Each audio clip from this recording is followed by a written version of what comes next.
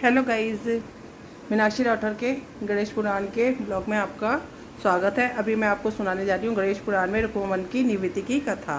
सुनिए। ओम गण गणपते नमः। रुक्मवन की संकट से निवृत्ति। व्यास जी बोले, प्रभु की उसे किस प्रकार से संकट की प्राप्ति और निवृत्ति हुई सो कहने की कृपा कीजिए। उसके विषय में जानने की मेरे को बड़ी अभिलाषा है। यह सुनकर चित्रानंद ने कहा, आरंभ किया, हे व्यास जी, राजा रुक्मानंद सुखपूर्वक राज्य करता था। एक दिन वह शिकार के लिए वन में गया और शिकार न मिलने पर इधर उधर भटकने लगा। तभी उसे वाचनक्य ऋषि का आश्रम दिखाई दिया। वह उस आश्रम में गया तो वहाँ ऋषि और उनकी पत्नी मुकुंदन दिखाई दिए।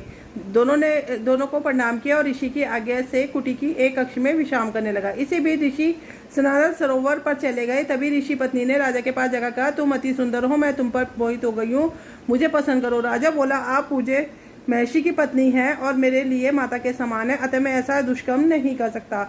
यह सुनकर मुकुंदन ने उसे शाप दे दिया कि तूने मेरा तिरस्कार किया है, इसलिए कोड़ी हो जाएगा। राजा उसी समय कोड़ी हो गया।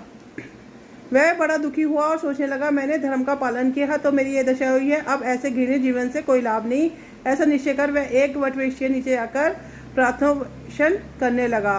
ब्रह्मा जी बोले, हे देवपायन। उसी अवसर पर नारद जी उस मार्ग से निकल रहे थे। उन्होंने राजा को आमरण अनशन करते देखा तो उसका कारण पूछ बैठे। राजा ने उन्हें सब बातें बताई। उसे निर्दोष जानकर दया आ गई और बोले कि विंध्यराज में चिंतामणि गणेश नाम का एक प्रसिद्ध देवालय है। वही गणेश प्रतिमा के समक्ष ही गणेश कुंड है।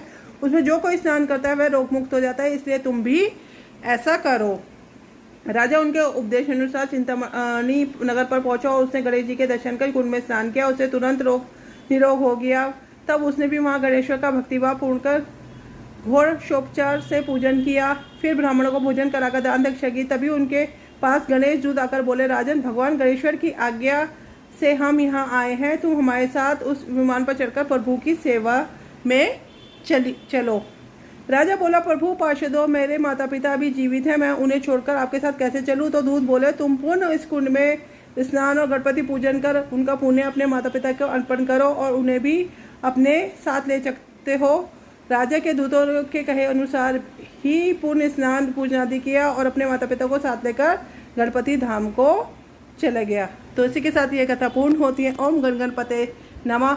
कल फिर एक नई गणेश पुराण की एक नई कथा के साथ उपस्थित होंगी, जो कि है मुकुंदा की दुष्टता के कारण मत्स्य का शाप। तो सबको राम नाम, सबको राधे राधे।